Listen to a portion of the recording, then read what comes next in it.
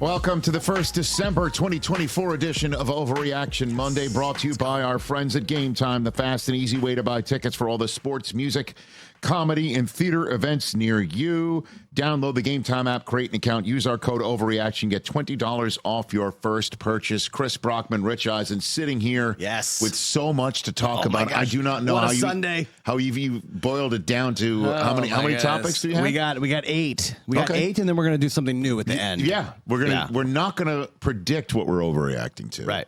Because I think we've reached a certain point in time where we got 5 weeks after Monday. So there's more and more teams that are falling off the table here.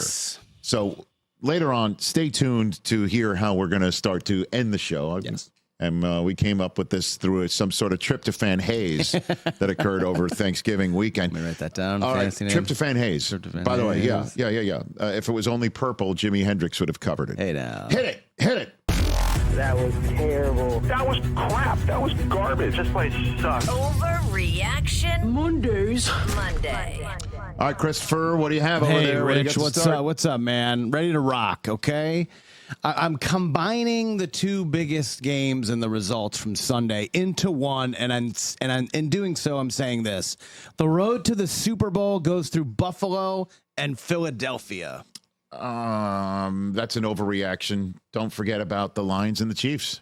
Well, what I'm saying is that Buffalo and Philly are going to be the 1 seeds. Well, that assumes a lot.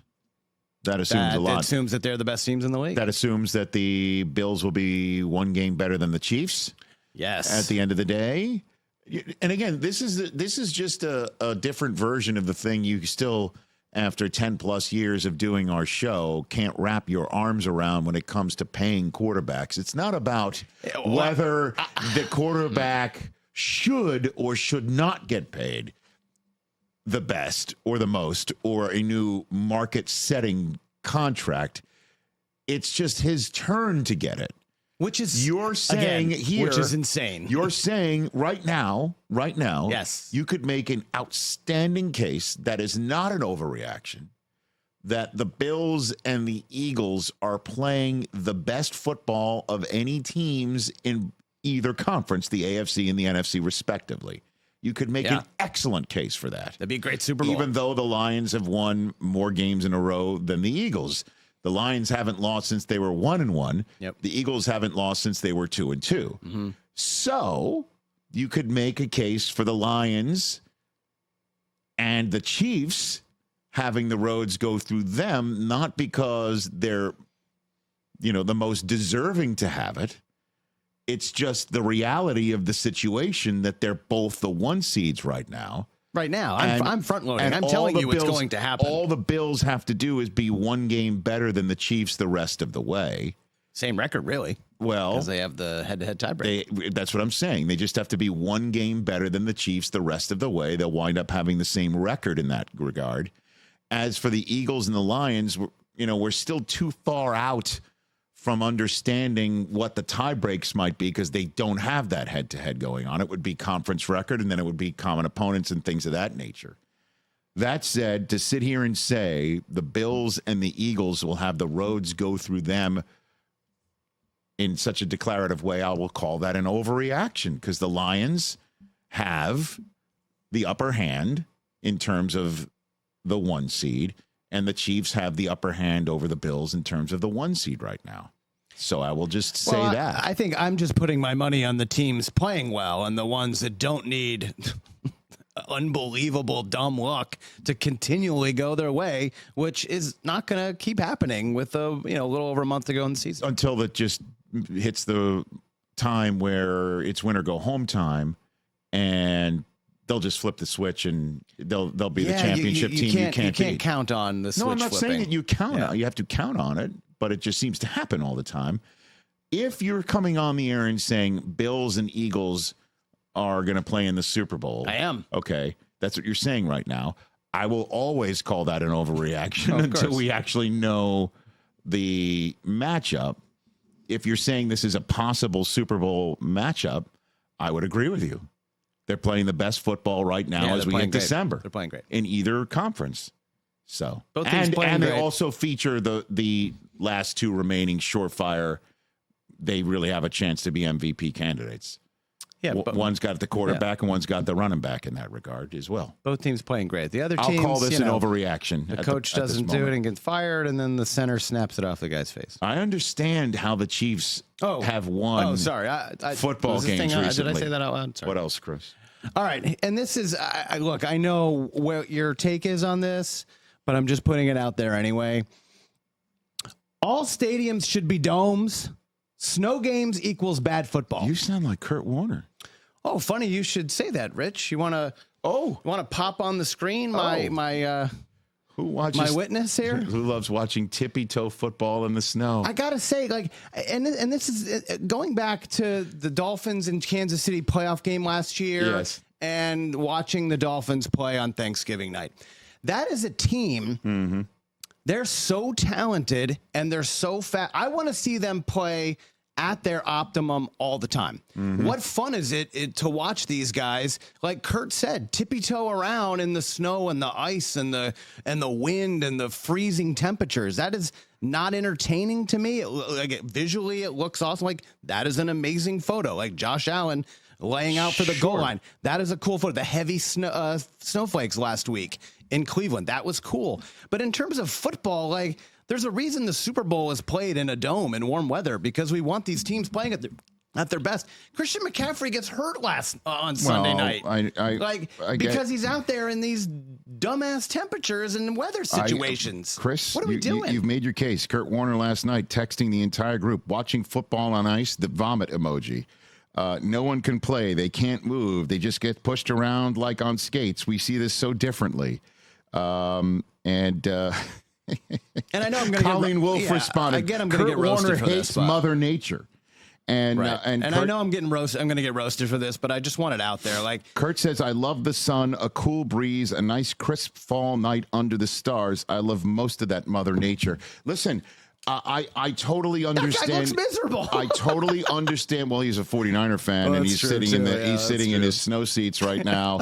And it's a good photo. It's funny. I was sitting there watching the game last night, and I thought, it's so great that the National Football League is the only sport, I believe, the only team sport, where the weather doesn't matter. They just play the games. Where it's snowing and we're still playing. Yeah.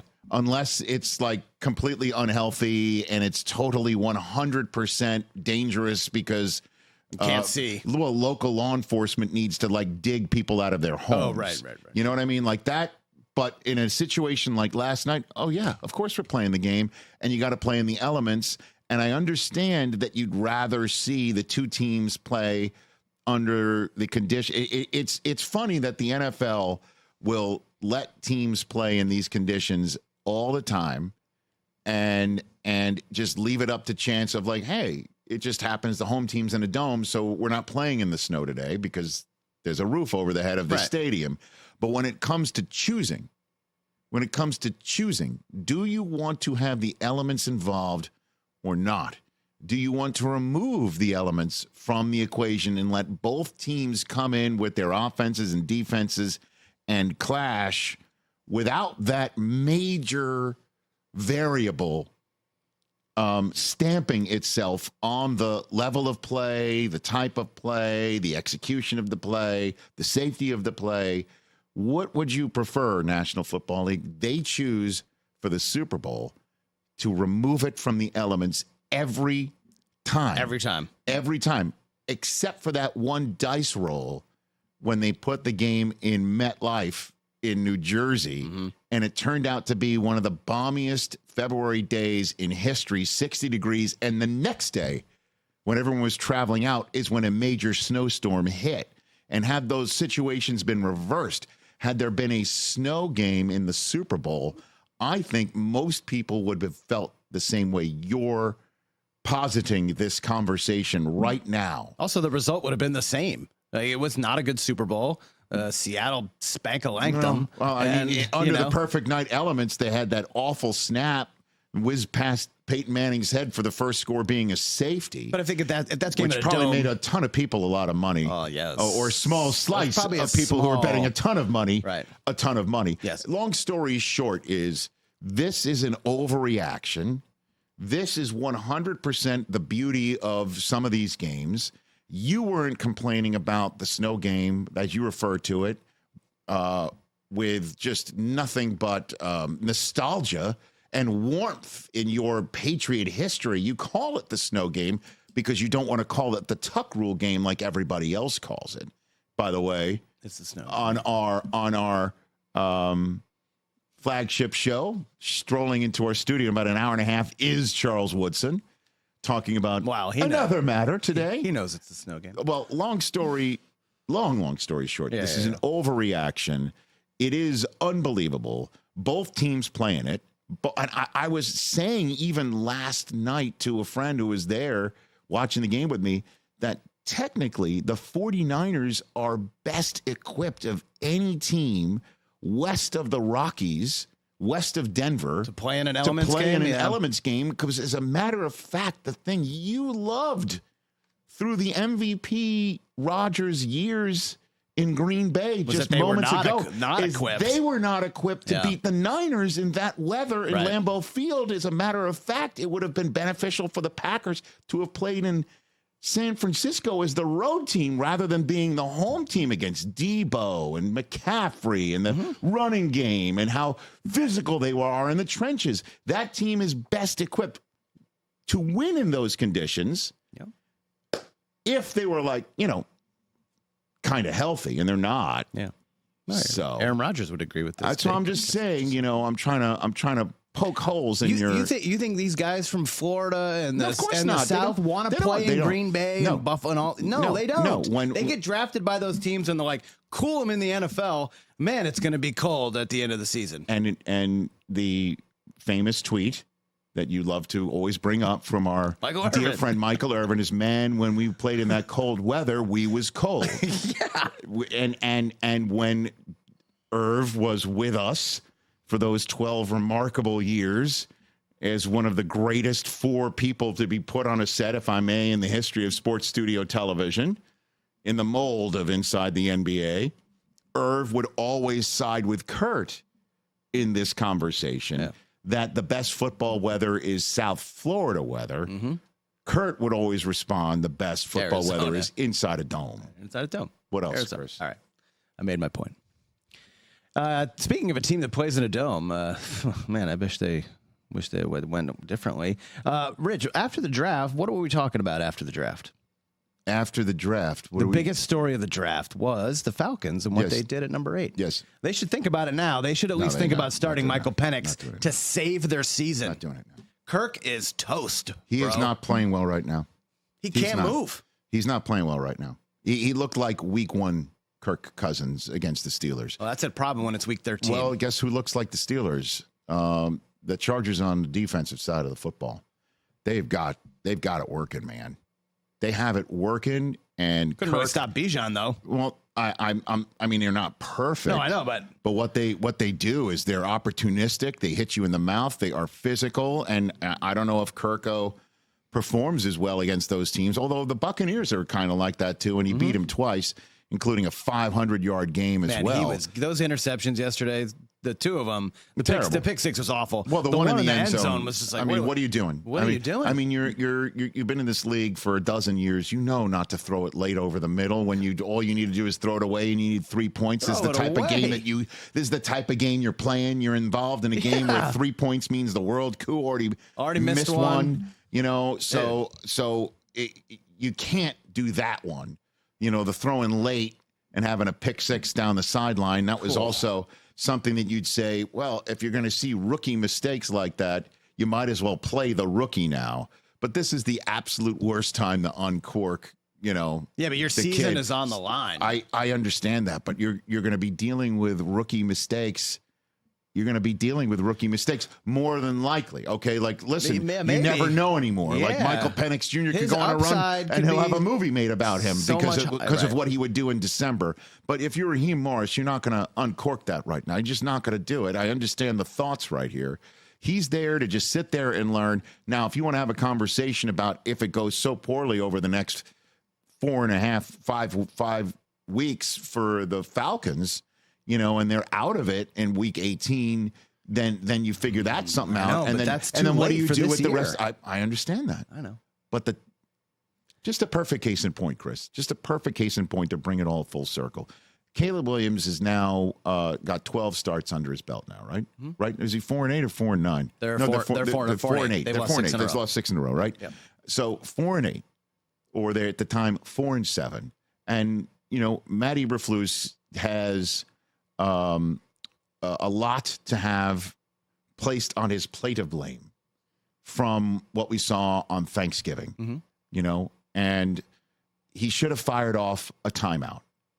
Clearly, at some point, those final 30 seconds dripping away. Right. But Caleb Williams needed to understand the down and distance and situation that was going on and 100% get that ball away, get something going on. He changed the play or something? He had a role in it as well. Of course. But so what I'm saying he's is the rookie. Right. With 11 starts under his belt. I think Raheem Morris in that situation would have called a timeout. Well, I'm aware of that as well. I'm saying you don't want to have moments like that, even in a moment of a quarter where Caleb Williams was balling out. Yeah. You can't afford that when the playoffs are on the line here. Jobs were on the line in Chicago, which you could say is the ultimate stakes. I'm just using that as a prism to say you can't throw the rookie into these games. And also, you do, if I'm Raheem Morris, want to use Kirk returning to Minnesota and D.C. potentially to your advantage.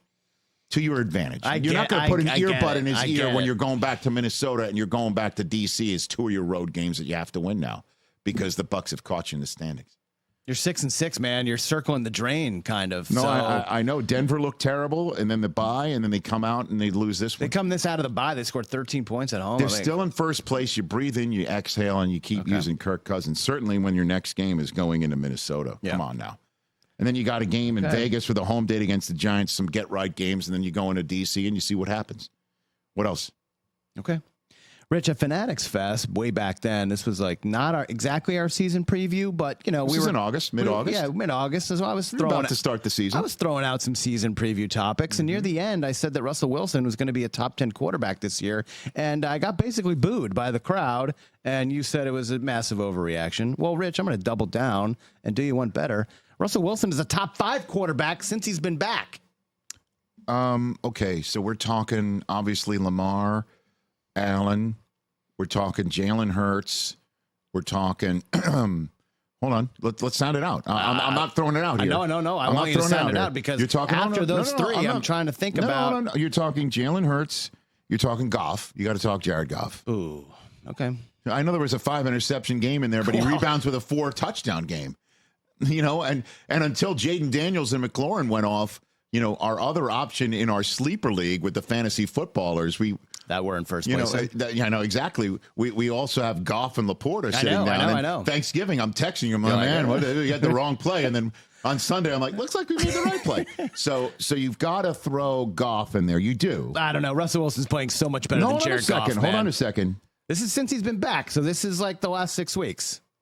Top 5 in the last 6 weeks. Russ is 5-1, right? Hold on. Let me talk this out. Well, this is like millionaire. Well, I'm filling the space. I'm filling the dead air. Tua. What is their record? Well, I understand. Okay. You're talking about a top 5 quarterback here. Well, wins has to matter. I will listen. Now that I've sounded it out here, I'm just filling the dead air. I've sounded. There's no dead air. I'm very well aware of what dead air is. How dare you? That is, by the way, one of the biggest insults you could throw in my direction. Well, is that I'm creating while you're dead just air. looking, I'm just like filling the space with information. I will call this. I'll say this is not an overreaction. Okay. Let me tell you this, Spicy. man. The throw he made, the play he made on the plus side of the field, I don't know where it started from. It was just either high red zone, as people like to use. Yeah, when did we start saying that? Just outside the red zone. Okay, whatever it was. Russ is in a seemingly muddy pocket, and he stepped up to his right, and instead of taking off, he lifted his head, and he looked downfield, and he fired one of Freiermuth for a touchdown. I thought to myself, that's the Russ from Seattle that was cooking and becoming a Hall of Fame quarterback.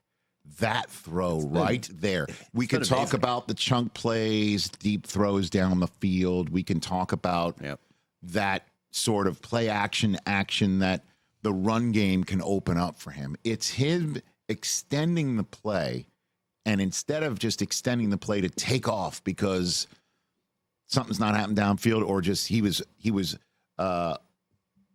fleeing rather than fighting. He was he chose the flight option instead of the fight. Right. Okay. And he always used to choose the fight option instead of the flight, or he knew when the flight was a better option than the fight.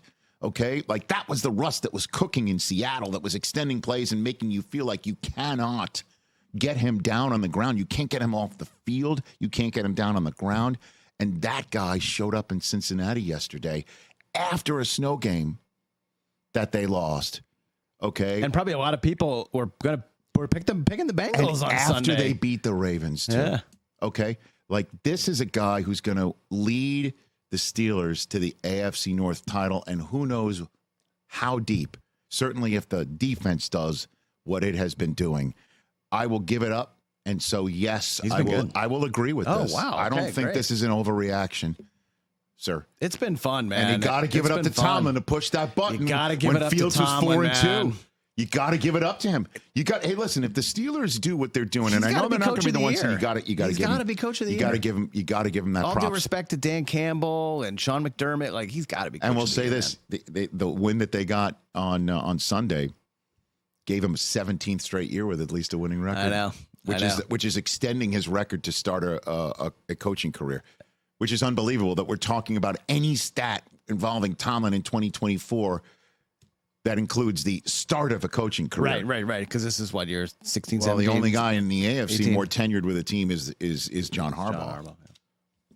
Halftime of our Overreaction Monday conversation, entering the rest of week 13 into 14, and just seeing these games live, just seeing them on the screen. And I understand when you said about the snow game, whether it's college football too, these college environments, the one that we saw in College Station between the 109,000. Oh my God. It's just one of those things where you just wonder, what is it like to be there?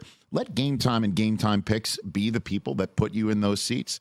You can save more on sports, concert, comedy, theater, and more using Game Time and Game Time Picks. The all-in pricing feature is my favorite. You go on other sites and you just have no idea until you actually hit the purchase button. When you go and use Game Time tickets, the all-in pricing feature, you see the total up front. There's no surprise fees at checkout. Download the Game Time app, create an account, use my code Overreaction, our code, for $20 off your first purchase. Take the guesswork out of buying tickets with Game Time. Terms apply. Visit gametime.co for restrictions. Again, create an account, redeem our code OVERREACTION for $20 off. Download Game Time today. What time is it? Game Time. Second half, Christopher, hit it. Rich, all things end badly, otherwise they wouldn't end. Wow. My God. Where'd that fortune cookie come from? I think that's from the movie Cocktail, actually. Okay. It's coming to an end for an all-time great and a Hall of Famer. Rodgers. The Ravens need to make a kicker change. Oh, boy.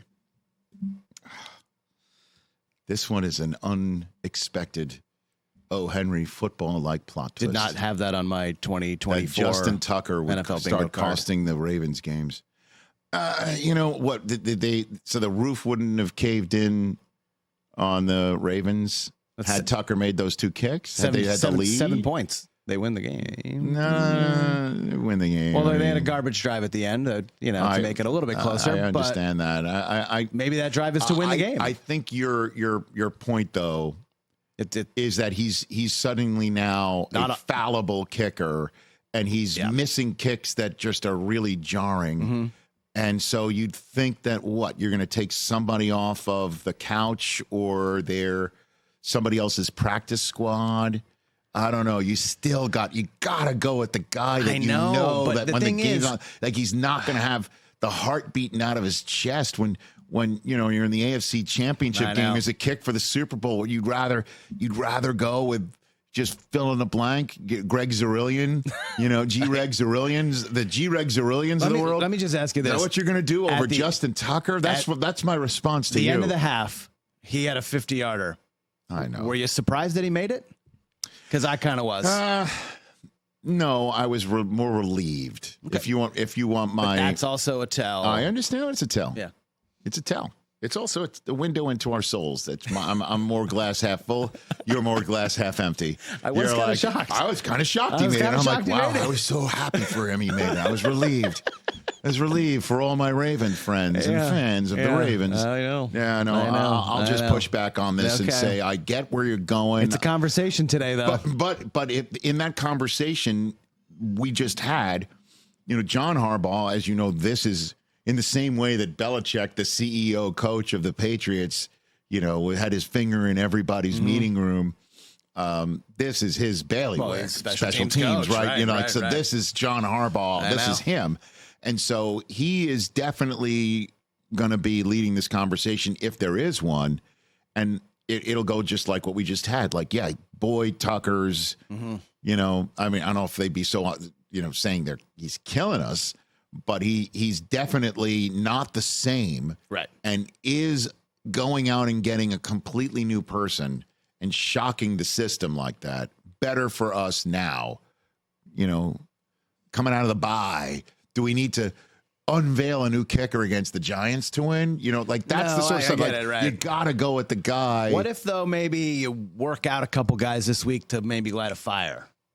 No, you don't need to do that. Not even going to work out guys? No, you're not working out guys. All right. What else? I don't know. Just to teach the rest of the Ravens a lesson in accountability? Just say, hey, look, we're all in this together. We need everybody to be 100%. When it's all said and done, wouldn't you want to just say, okay, Tucker's going to flip a switch and get us out of this mess? I would think that he'd kind of work through a little funk here, just kind of like a golfer with the shanks a little bit. And then have this conversation in the offseason with seriousness. Right. What else? I don't think we're talking about this team enough, and we need to because they're kind of following the same script as last year. Yeah. The Packers are going to make it to the divisional round again. Oh, I don't think that's an overreaction at all. At all. Listen, the Packers aren't being talked about because the division is being ruled by a team that has a massive fan base that loves to, hit the like button. They do. Loves to comment. Oh, they're in my mentions. And that they're still feeling the roar being restored. That's the whole thing. When I was going to school there in the late 80s, the Restore the Roar project, the roar has been restored. Okay. It is officially restored. The question is how long will we hear the echoes? Will we hear these echoes forevermore because the Lions win the Super Bowl? That's the conversation. Plus, their head coach is a mountain of a man that is unavoidable. That is half caricature and half like a book judged by its cover at your own peril. Okay, so there's many reasons why the Lions are the shiniest object, and they're also on a 10-game win streak, and they also made it to the NFC Championship game last year, and they also have a gajillion people on your fantasy team. Fact. Okay, or on somebody's fantasy team in your league, you're going against one. There's many reasons to be focused on the Lions and not, say, a 10-win team that's right behind them in the Vikings, or this team, the Packers, who just in every way that I've mentioned to you is overlooked because of everything I said that causes the Lions to be looked at.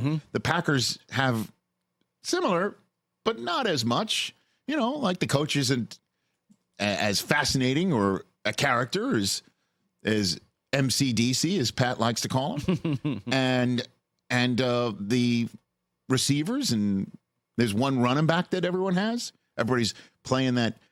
Let's hope it's the Tucker Kraft week in their fantasy league. Or let's hope it's the Wicks week or the Dobbs week or the Reed week. I mean, and so I'm putting this all out there as to why in our world of media and coverage, which this podcast is quite a bit about. Oh, of course. Why the Packers are being overlooked. But that can change this very week on Thursday night. And they can go into Detroit. And if they can replicate what happened last Thanksgiving, then this conversation's totally different. Yeah, I almost wanted to say the Packers are going to win the division, but, I don't want to disrespect the Vikings, and I was like, there's too many moving parts to even put that out there. That's what I mean. And you know what my answer to that would be on the spot. Of course. So I wanted to do this one. I don't think this is an overreaction. Let's talk about these guys. Right now, they're playing really good football. Okay, right now they're the 6th seed in the NFC. Yep. Okay, which means they are going to visit either the NFC West or the NFC South champion. Why wouldn't they be able to win that road playoff game to start the playoffs? I think they would be probably favored in either of those games. You don't think if they stroll into Seattle right now? I think they'd be favored. Or even, to be honest with you, if the Rams win the division, I'm kind of putting my marker on them. Mm-hmm.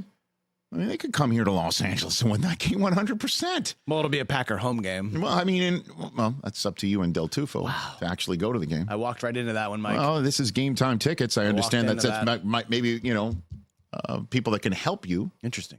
But long story short is I don't think that's an overreaction whatsoever. Oh, good. What else, Chris? This you might say this is, I'm sure. But I watched these teams play on Friday. Yes. And Sunday. Both the Chiefs and the Ravens one and done in the playoffs. Okay. We can make short work of this one. I just don't understand. I know what you're going to say, but I just don't understand how you watch these teams play this past week and, for a majority of the season and think that they're going to just go into the playoffs and kind of dominate. Let me ask you a question. You think the Ravens lose in Houston? You think they get one and done in Houston? Yes or no? I think Houston has the offense to beat them. Of course they do. But do you think it happens? I kind of do, actually. Okay. In Houston? All right. If I had asked you that, if we had this conversation, on Tuesday, if we recorded this podcast last Tuesday with them coming off of beating the Chargers, about Houston, but they do have the offense to beat the Ravens, who are just terrible on D. And let's just say, let's put it all together that your Bills' prophecy is correct to start this pod. Okay, they're the 1 seed. Okay, and the road to the Super Bowl goes through Buffalo. What happened last year? No, stop. You think the Chiefs lose to the Denver Broncos in the playoff game? I think they should have beat them already this year. I understand that. That's what I mean. So you think, I kind of do. You think Bo Nix, in his first career playoff start, goes into Kansas City and one and dones them? Yeah, I think that's really possible. So because he literally just did it like a month ago. Okay. Except, the field goal got blocked, which is a fluke thing. We're turning this segment of Overreaction Monday. You're spinning it back on me, which I don't like. Well, this is exactly what I'd like to do, is to poke holes in what I don't agree with things called facts and reality. So let's turn this. Reality is the Chiefs have gotten so lucky this year; they really should be 7-5. So let's turn this into another staple. If we ever want to create another podcast, a What's More Likely pod, okay? Let me ask you this question, Chris. Yes, Rich. What's more likely? The Chiefs and the Ravens make the divisional round by winning their wild card playoff games and potentially maybe even somehow, some way face each other in that divisional round game in Arrowhead to reboot 2.0, what we saw to start the season? Or what you got on the screen is likely. What's more likely? The Texans and the Broncos bounce them and they make the divisional playoff round. What's more likely? First off, I don't like the teams that you've chosen. But these are the teams. This is the reality. Chargers. I think you can't watch these guys play right now and have any confidence in them winning a playoff game. All right, so let's even say the Chiefs make the divisional round because they are the 1 seed. You think what? Somebody's going to come and one and done them after winning? Like, it can't be the Ravens because you've already knocked them out. So you think the Chargers or the Broncos or the Colts or the Dolphins or the Texans go into Arrowhead? They should have lost to the Raiders. Okay. It's regular season in the playoffs. I can't believe you're taking that cheese again. It's the same thing as last year. It's the Taylor's version, 2024 of the Chiefs Taylor's version, non-Taylor's version of 2023. The Brockman version. And I'm going to come in here in mid-January and tell you I was right. Finish up strong, Chris. Rich. We got 2 more? 1 more? What do you got? We got 1 more, and then we're going to do our new segment. Okay.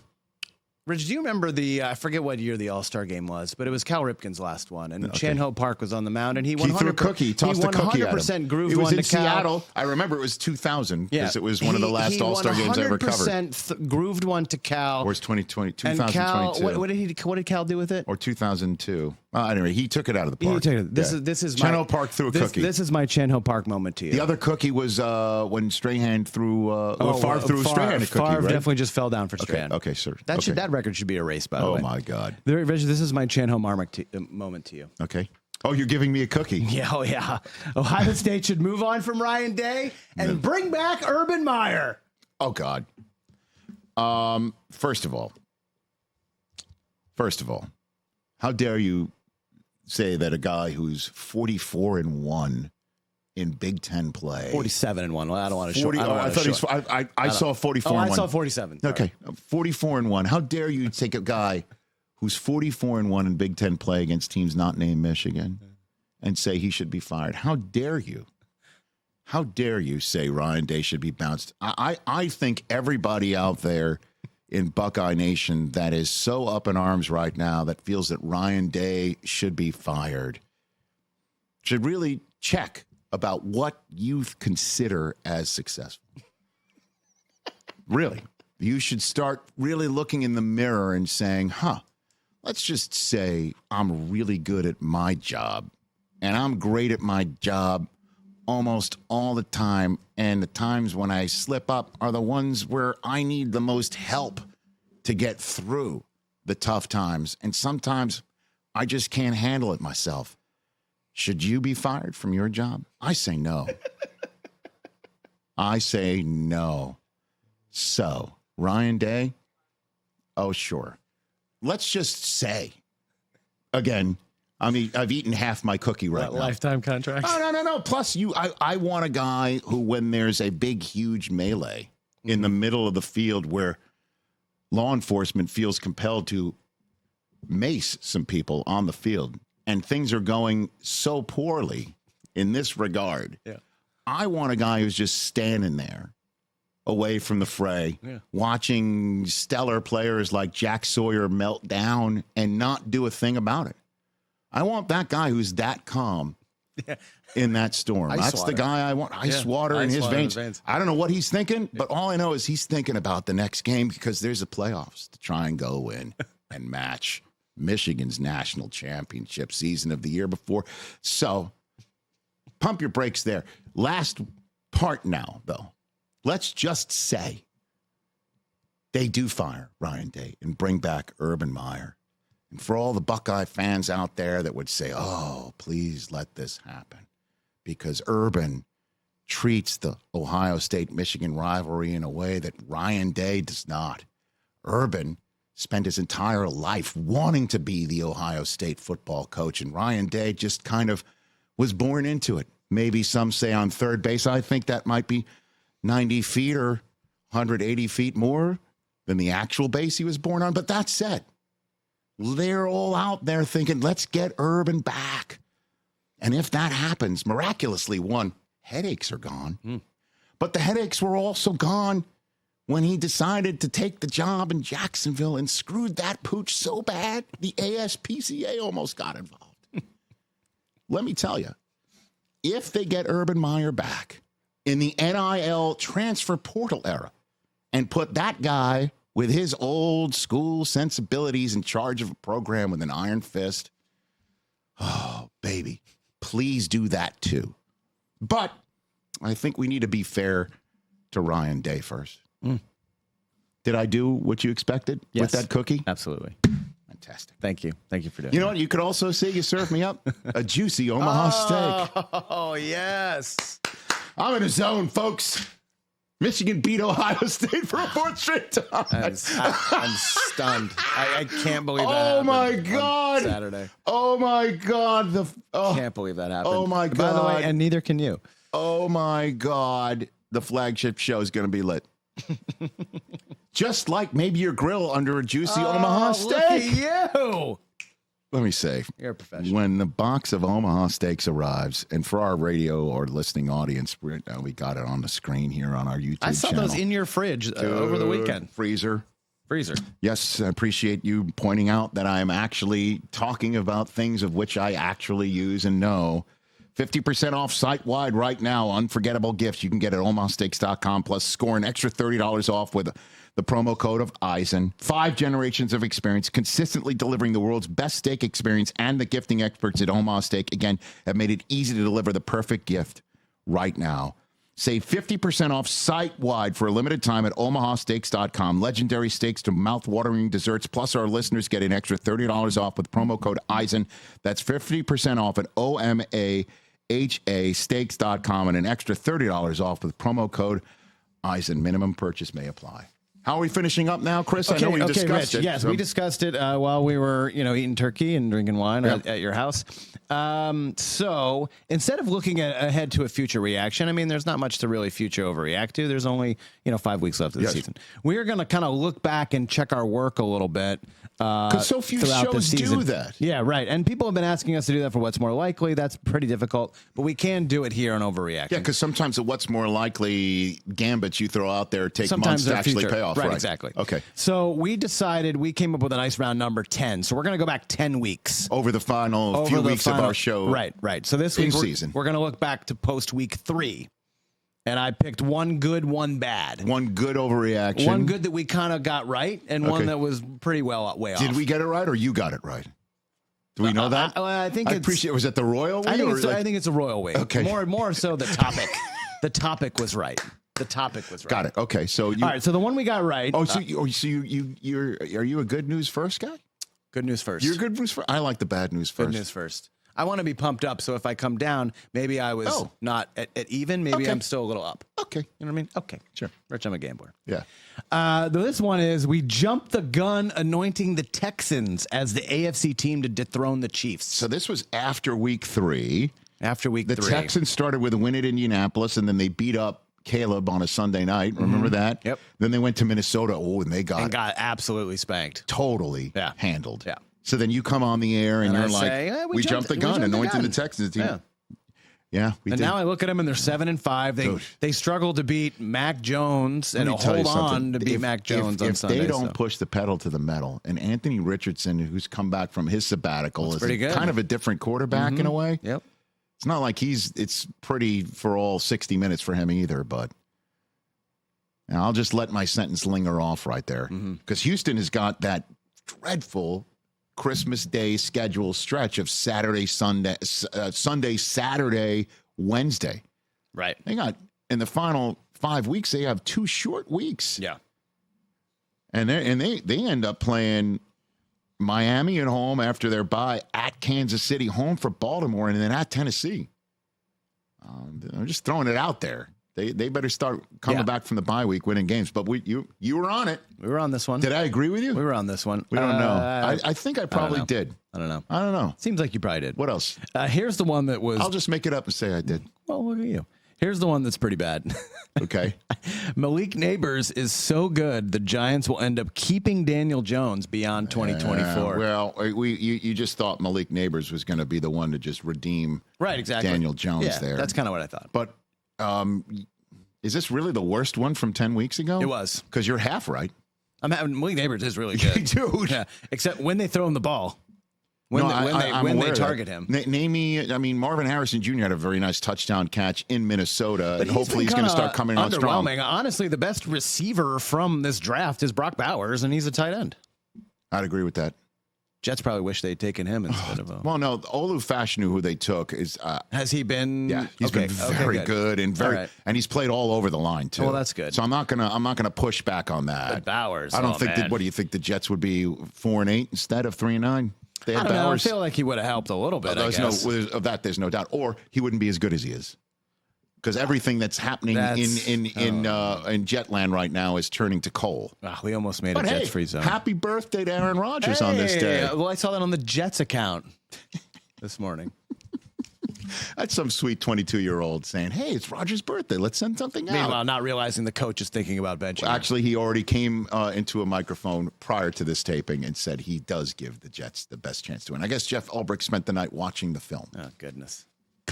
And that wraps it up for this edition of Overreaction Monday. Thanks for the cookie, by the way. No problem, buddy. I appreciate that. You got it, man. Daniel Jeremiah will be on What the Football with Susie and Amy on Tuesday to talk about what's going on with the Chargers and Shedeur Sanders and the rest of the draftable players.